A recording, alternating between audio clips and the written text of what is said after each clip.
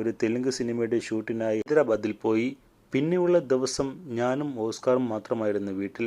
അന്നു മുതൽ ഇപ്പോൾ വരെ ഓസ്കാറിൻ്റെ എല്ലാ കാര്യങ്ങളും നോക്കുന്നത് ഞാനാണ്. ഒരു ദിവസം ശ്രീ ഷൂട്ടിന് പോയപ്പോൾ ഞാൻ ഓസ്കാറിനെയും കൊണ്ട് എൻ്റെ വീട്ടിൽ ചെന്നു. പക്ഷേ അവനെ വീട്ടിൽ കയറ്റാൻ അമ്മ സമ്മതിച്ചില്ല. മാത്രമല്ല അന്ന് രാത്രി എന്നെയും ഓസ്കാറിനെയും അമ്മ ഇറക്കി വിട്ടു. പക്ഷേ ഇപ്പോൾ എൻ്റെ വീട്ടിൽ എല്ലാവർക്കും ഓസ്കാറിനെ ഭയങ്കര ഇഷ്ടമാണ്. ബീഗിൾ ബ്രീഡിലുള്ള നായകൾ ഹൈപ്പറാണ്. പക്ഷേ ഓസ്കാർ ഞാൻ എന്ത് പറഞ്ഞാലും കേൾക്കും.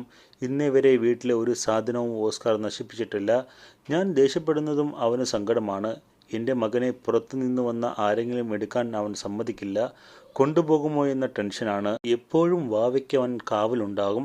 ഗർഭകാലത്ത് എന്നെ കെയർ ചെയ്തതും ഓസ്കാറാണ്. ഞാൻ ബാത്റൂമിൽ പോയിട്ട് തിരികെ വരാൻ കുറച്ച് വൈകിയാൽ പോലും അവന് ടെൻഷനാണ്. ഞാൻ ഗർഭിണിയായ ശേഷം അവൻ എൻ്റെ ദേഹത്ത് കയറാറില്ലായിരുന്നു, മടിയിലും ഇരിക്കാറില്ലായിരുന്നു.